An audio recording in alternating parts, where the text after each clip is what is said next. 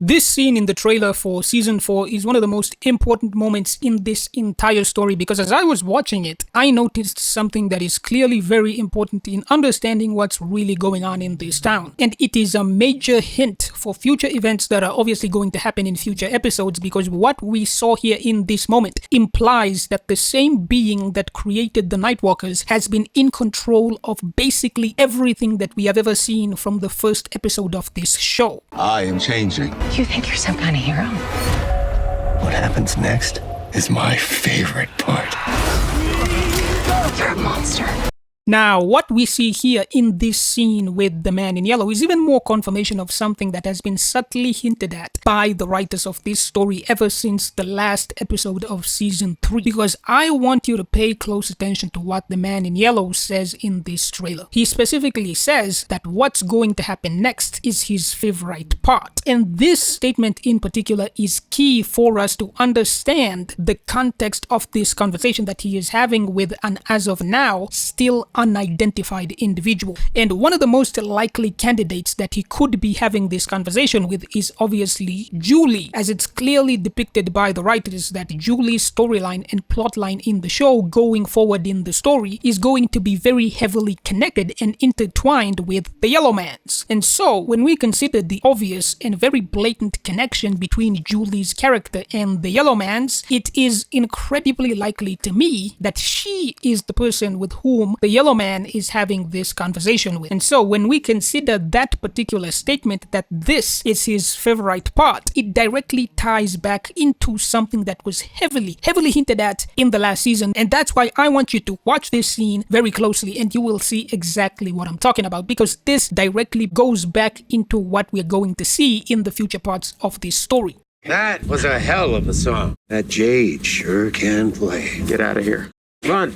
Now, what we see here is going to be very important for us to understanding the mystery of the town and Fromland in general, but more importantly, what this specific scene shows us is that the Yellowman was clearly already aware that Jim Matthews would be there at this specific location near the RV at this specific time, which therefore means that the only reason he chose to attack Jim Matthews at that time and place was because he knew that Julie would also be there, and therefore Jim Matthews would not have run away from the Yellowman as a result of the simple fact that he would do anything to protect his family, especially after he had already lost the baby. So basically what I'm saying here is that this line by the man in yellow in this trailer is just more proof that the man in yellow clearly also has the ability to travel in time, just like Julie. And this changes everything that we thought we knew was even possible, because if we assume that the Yellowman is also a story walker like Julie, it would perfectly explain why he says that what happens next is his favorite part. Like, think about this. The statement by itself implies that he knows for a fact that it, whatever it may be, is going to happen, and that there's nothing that Julie can do to stop it. And this in particular is crucial to understand because it ties back into a major and crucial theme that we've already seen repeatedly in the story multiple times. Like, think about this. When Julie was in the dungeon with the old man, or even when she goes back to the RV at the end of Season 3, what we see in each of those moments was proof of a concept that the writers of this show repeatedly emphasized to us as the viewer. And this particular concept is something that is going to be extremely important for us to unravel the foundations that build up Fromville and even Fromland itself by the very roots. Because the way it is right now, the time travel of this show works off of the concept of a singular and continuous timeline. Like, we are never shown a future where Julie did not throw the rope down the well, just like we have never seen a future where Julie was able to save Jim Matthews. Like, even the voices themselves were laughing at Boyd, saying that Fatima was in a place that they would never be able to find before Smiley was reborn and therefore resurrected, and surprise, surprise, they were 100% correct in every single way. And this makes perfect sense, because everything that we are seeing here is happening as it was already written in the story. In other words, what I'm trying to say here is that the writers keep emphasizing a very simple point, and that is whatever happened, happened. fact, the ink is dry. And that makes sense because the story that we are watching has literally already been written. That's why Julie failed to save Jim Matthews from the Man in Yellow, and he already knew that it was going to happen in that way. And it's also why she always throws the rope down the well. The outcome of our actions have already been determined by a much more powerful force that is working behind the scenes to ensure that things go the way that he wants them to. Like, this is crazy. The writers literally inserted dialogue into the story through Ethan where he specifically tells Julie that a story walker can only watch what has/is going to be taking place, but they cannot change any of it. And so far, based off what we have seen, there is nothing contradicting that statement. And where people get confused is with Julie throwing the rope down the well. But what you're forgetting is one simple fact. There is no timeline where she didn't throw the rope. It always happened the exact same way. Like, Julie wouldn't have even been capable of throwing the rope down the well if Boyd hadn't freed her from being tortured in the dungeon. But he was only able to free her in the first place because Julie herself went back in time to throw the rope down the well. Like,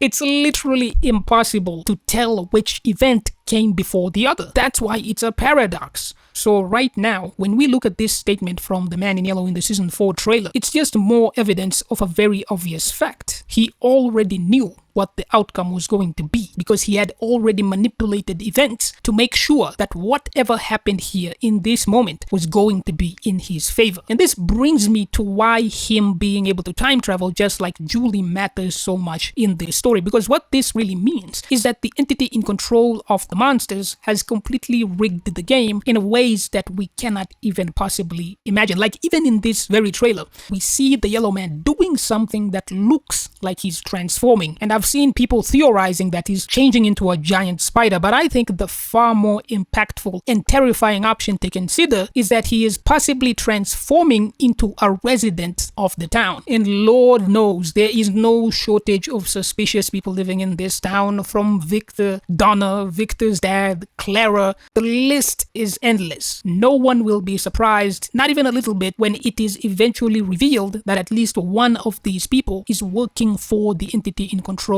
of the monsters. And this isn't even factoring in that we know for a fact that the entity is telepathic, which means that he could literally have sleeper agents living in our community who don't even know that they're working for demons. You know, people like Randall, Marielle, and of course Victor. He is the main suspect as always because he is literally the only known human being in the history of the town to have never been killed, and there's no reason to believe he's ever been attacked by any of the monsters in the 40 plus years he's been living in the town. So what I'm trying to say is, do not believe anything that you're seeing here. Every single aspect of this game has been manipulated to make sure that he always wins. He's literally using time travel to ensure that no other outcome can possibly happen. And this is literally the exact same thing that Donna says in Season 3. You can't win because the game has been rigged by demons. And this